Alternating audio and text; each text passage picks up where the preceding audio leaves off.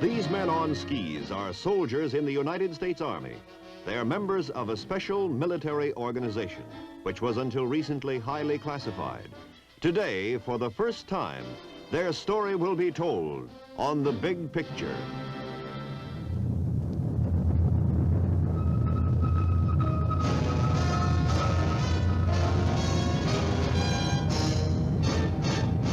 The United States Army presents The Big Picture, an official report produced for the armed forces and the American people.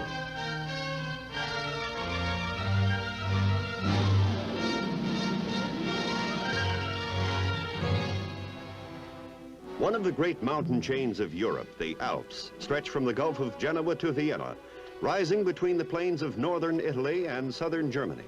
The town of Bad Tolz lies in an alpine valley near Germany's Swiss border. Here is the American Army's Flint Caserne, the home of the 10th Special Forces Group in Europe, until recently a secret military force.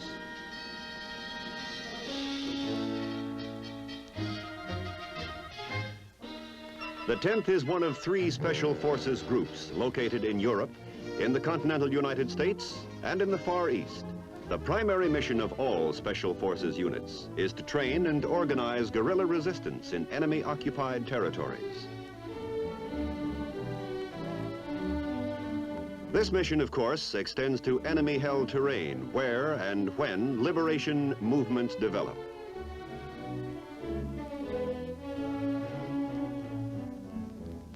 The role of the men of a Special Forces group is unique, and its members are uniquely trained and qualified to carry out their hazardous and adventurous assignments.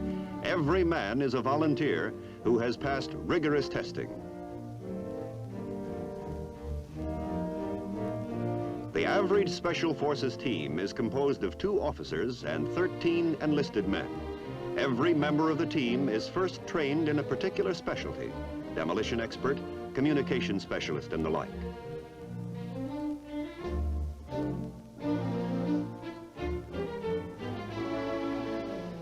Every member of the team is then cross-trained.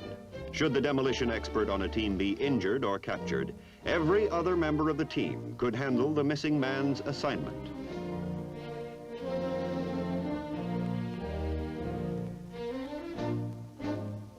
Actually, a Special Forces team member combines all the attributes of an instructor, a paratrooper, light and heavy weapons expert, and medical specialist. Operating behind enemy lines in hostile territory, communications play a vital part in the working life of a team. Communications must be maintained between the team and the partisan with whom they work, and between the team and its headquarters. Every team member is a trained radio or wireless operator. Because the job calls for rugged men with great physical endurance, calisthenics are not only an important part of the initial training period, but a day-to-day, year-round activity.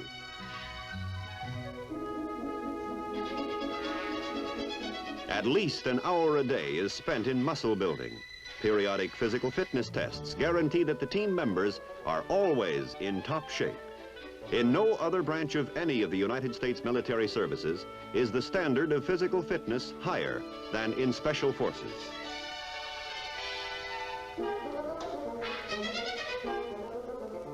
Because the teams are trained as experts in guerrilla warfare, a thorough knowledge of judo is required of the men. Among the groups at Bad Tolz, a man's hand is as deadly a weapon as a rifle or hand grenade. It takes a year to develop an adequately trained member of a Special Forces group. Language training is also included. Additional months are spent in achieving the razor sharpness required in all the skills essential to the general mission.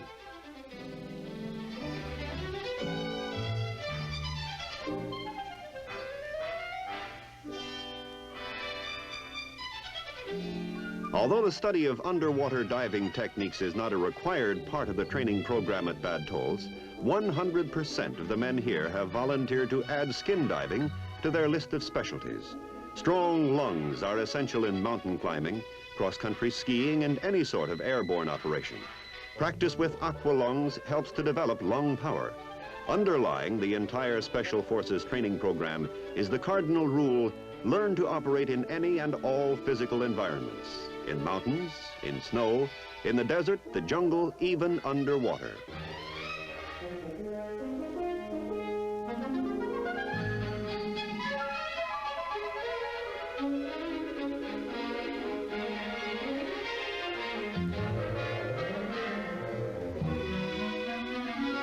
No opportunity is lost in putting the men under conditions of hardship and stress. Practice in switching aqualungs underwater helps to develop a sense of discipline under artificially severe conditions. It also makes for calm nerves in times of crisis.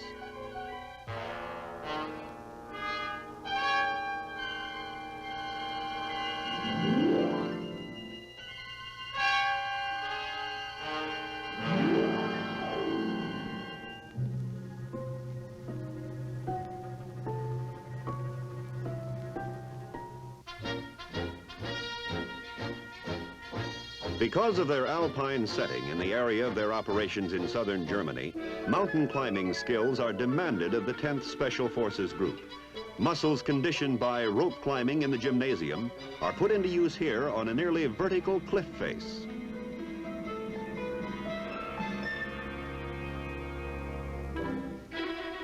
Team members must be as adept at descending mountains as they are at ascending.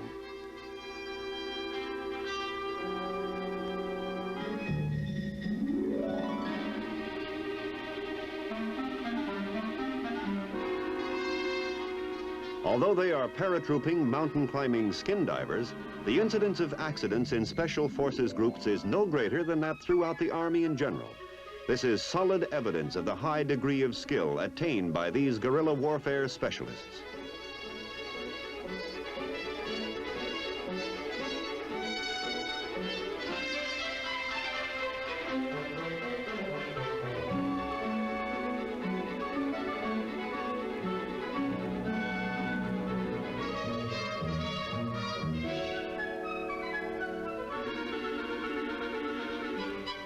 It takes 2 months to train a novice in snow techniques.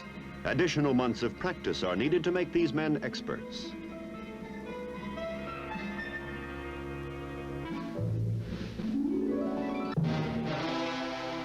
To develop endurance among the Special Forces teams, 20 or 30-mile cross-country hikes on snowshoes are routine. The ability to move fast through any kind of terrain is a prime requisite of the Special Forces soldier. In future operations, his life may well depend on such versatility.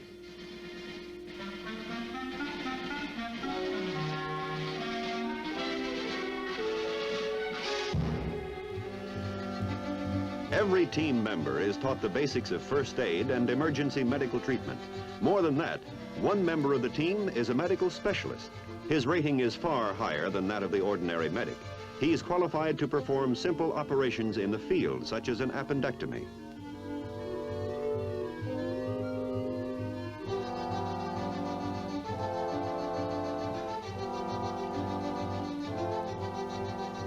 The knowledge that his team possesses a field doctor is reassuring to the Special Forces soldier.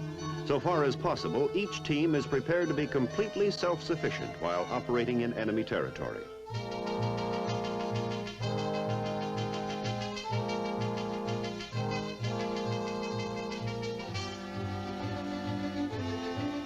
Although there are parachute rigging experts attached to the Special Forces group, every team member is also taught to rig a chute.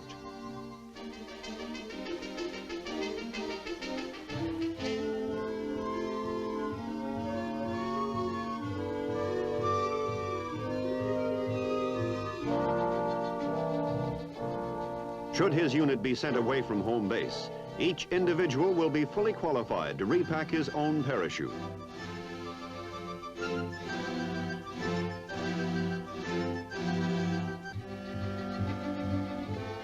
A thorough understanding of how his parachute works gives the jumper added confidence just before diving out of the plane into space.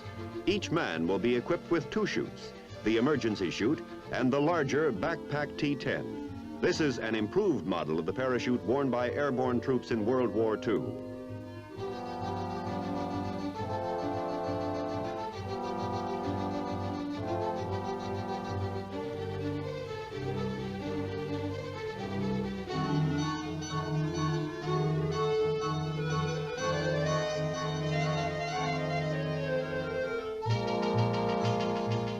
Its larger canopy and improved design make for easier descent, and the increased maneuverability reduces the chances of mid-air collisions.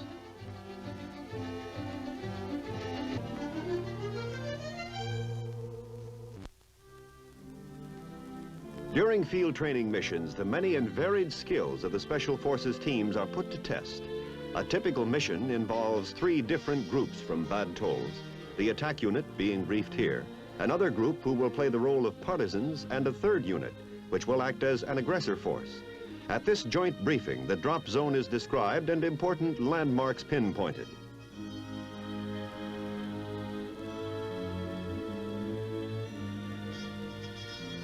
Group leader First Lieutenant Thorne will describe the mission in his own words.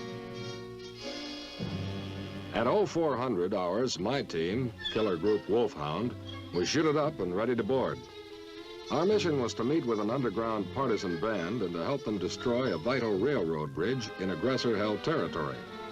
The bridge was nestled in a narrow valley which the Air Force hadn't been able to bomb. Just getting to the bridge site was going to be tough enough. To really make things interesting, we'd been ordered to accomplish our mission within a limited time period.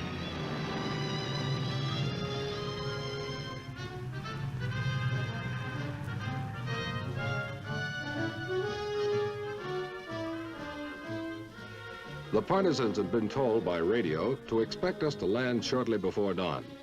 We were counting on their meeting us near the drop zone. At 0500, we were nearing the drop zone. From drop time, we had only 7 hours with a lot to do.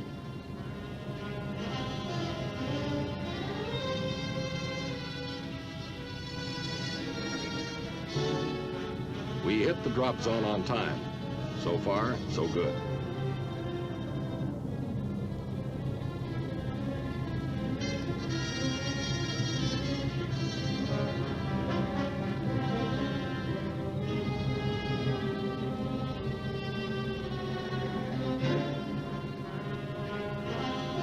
The partisans are right on the spot, ready to give us a hand when we land with our supplies and equipment. With us, we brought skis, radios, weapons, demolitions, and medical supplies for ourselves and the partisans.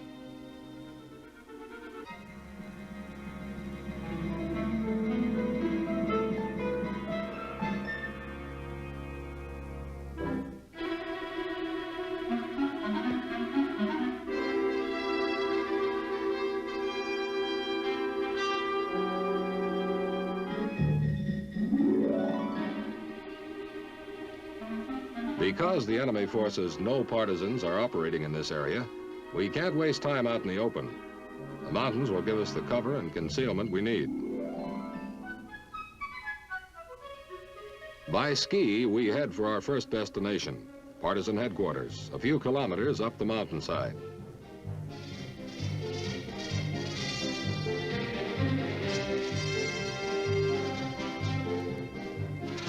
For their headquarters, the partisans have selected an abandoned woodcutter's hut. From the drop zone to here, we haven't passed another building or another person.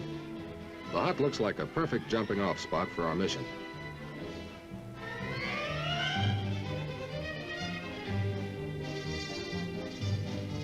The partisan leader in the Daré goes under the cover name of Eric.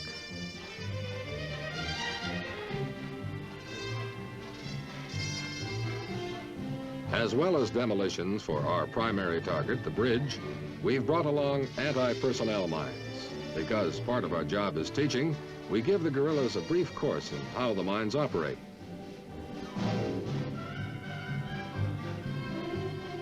All but 2 of Killer Group Wolfhound will be heading for a highway near the bridge.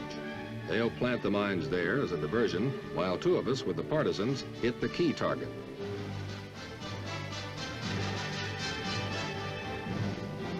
It's 0700 hours when we're ready to leave the hut. 5 hours left to complete the mission. And according to Eric, who speaks English and German, we've got nearly 20 kilometers of rugged country to cover in that time. Eric also tells us that the bridge will probably be heavily guarded.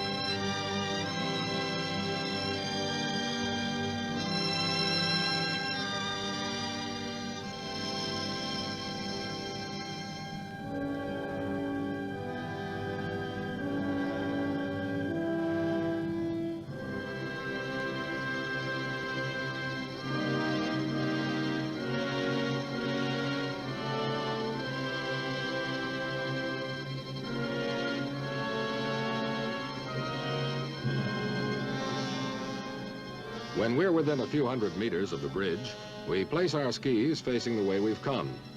Once we hit, we want to get out of there fast.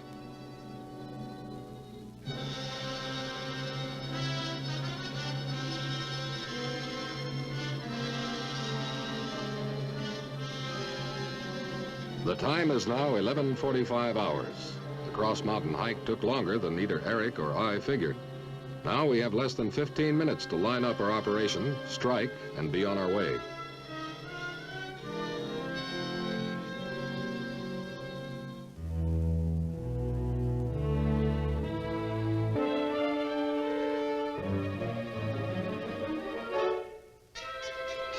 Here it is, the bridge on the River Ammer, a rail link over which the aggressor forces have been moving the bulk of their men and supplies into this part of Bavaria.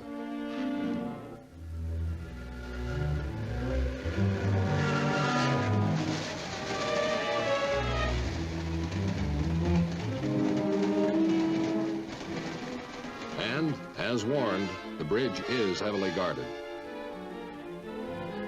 After discussing the bridge structure and demolition capabilities with me, Eric, the partisan leader, outlines the plan of attack to his men. They'll split into two groups, one for the guards, the other to ready the M3 explosive charges and wiring.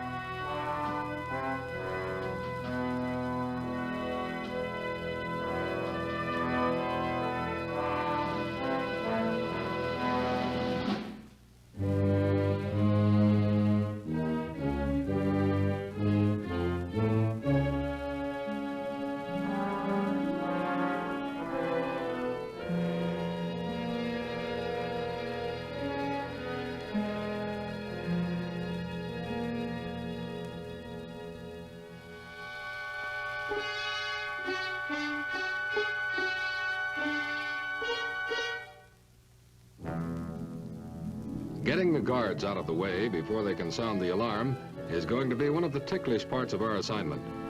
If the rest of my team and the other partisans have done their job, a large part of the aggressor's forces will be off on a wild goose chase. But those aggressors remaining at the command post are still too close for comfort, just up the hill beyond the bridge. We can't make a sound until we actually blow the bridge.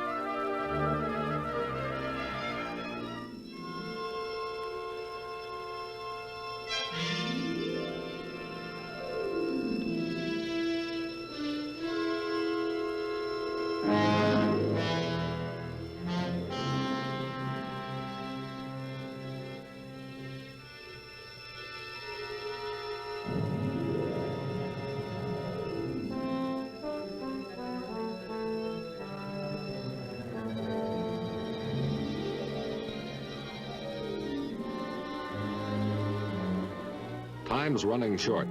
If we're going to meet the timetable laid down by the command at Bad Tolz, less than 8 minutes.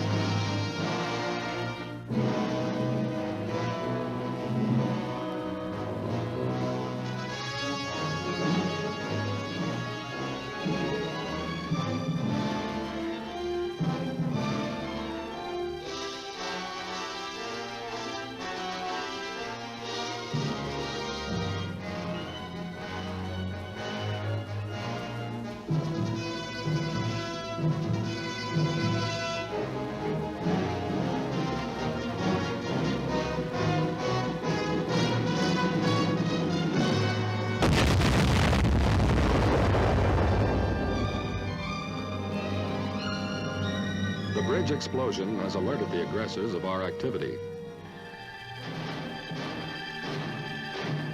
They have dogs and men who know the terrain. Should they overtake us, our mission will only be partly successful. We've got to move fast and keep distance between them and us.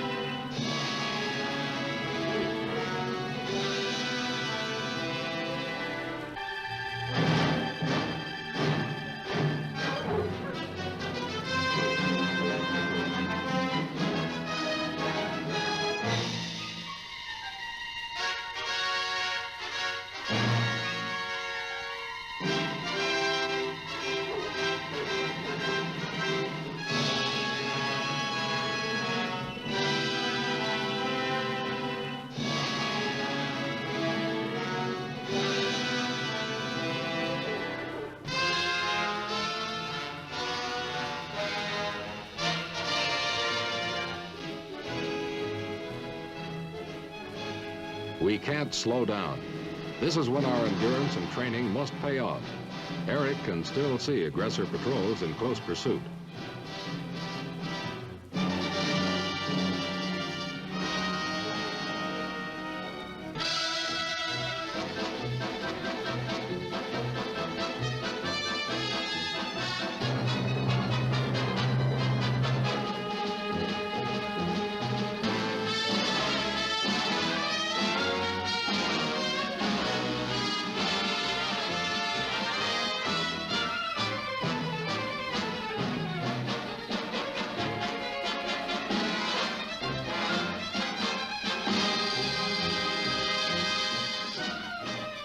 But we've managed to outdistance the aggressors. They'll be forced to withdraw and give up the chase.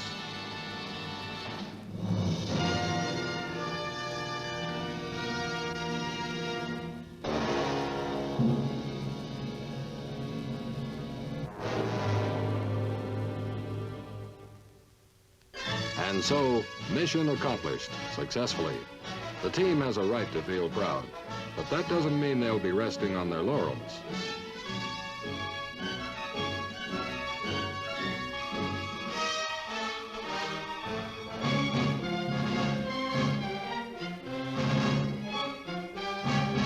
And finally, home again.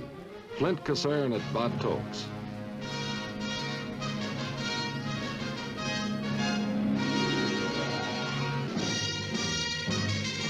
Tomorrow, they'll be out for more training, climbing mountains or making practice jumps. It's a rugged, exciting job, and no soldier with 10th Special Forces would have it any other way.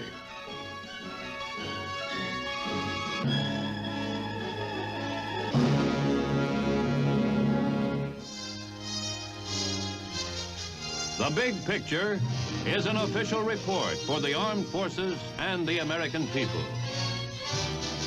Produced by the Army Pictorial Center. Presented by the Department of the Army in cooperation with this station.